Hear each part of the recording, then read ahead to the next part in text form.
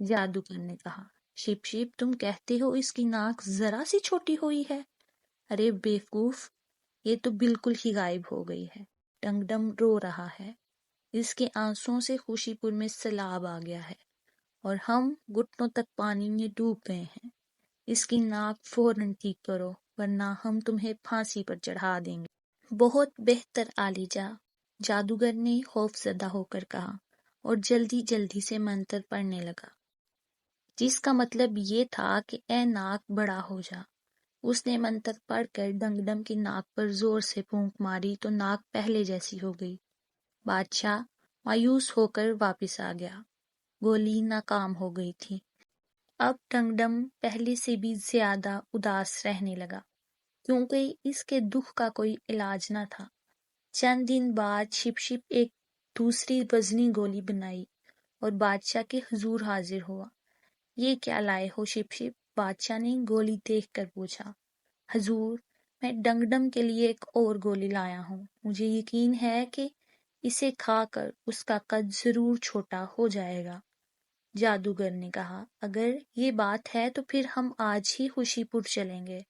بادشاہ نے کہا اور امیر وزیر کوچ کر گئے۔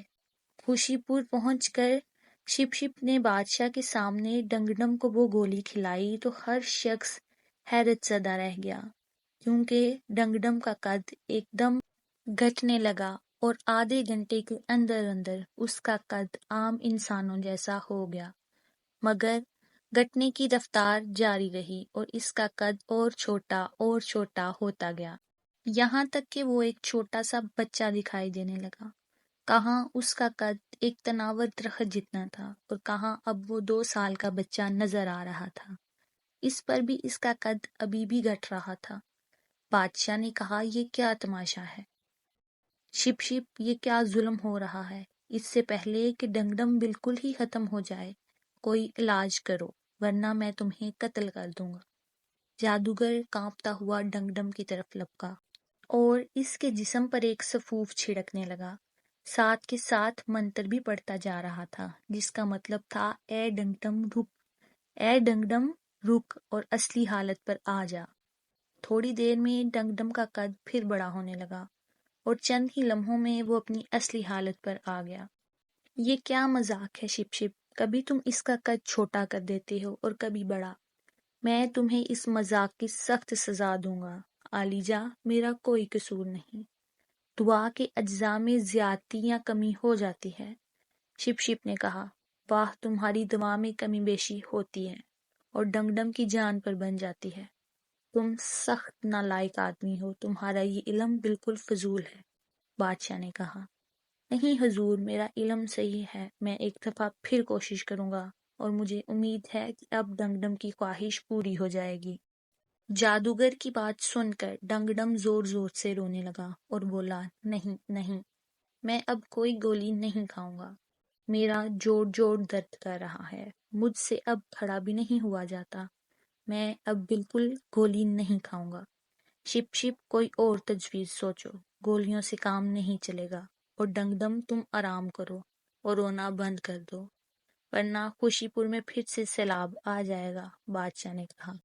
جادوگر گھر جا کر دن رات اس کوشش میں لگا رہا کسی نہ کسی طرح کوئی ایسا نسخہ ہاتھ آ جائے جس سے ڈنگڈم کا قد عام انسانوں جتنا ہو جائے۔ آخر کار اس نے ایسا شیشہ ایجاد کیا جسے آنکھوں پر لگانے سے چیزیں بڑی نظر آتی تھیں۔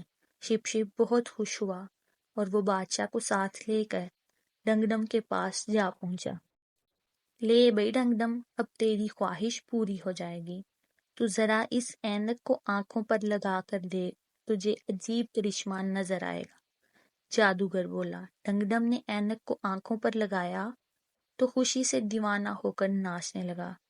اسے اپنے سامنے بڑے بڑے لوگ نظر آنے لگے، جتنا وہ خود بڑا تھا اتنے ہی لوگ نظر آنے لگے۔ وہ کہکا لگا کر بولا، اب سب لوگ میرے برابر ہو گئے ہیں، میں چھوٹا نہ ہو سکا، البتہ انسان میرے جتنے بڑے ہو گئے۔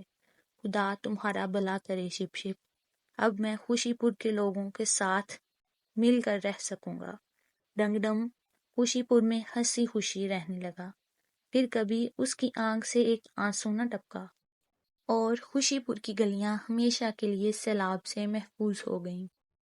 امید ہے آپ کو آج کی ویڈیو پسند آئی ہوگی۔ مزید ایسی ویڈیوز دیکھنے کے لیے میرے چینل کو سبسکرائب کریں۔ شکریہ۔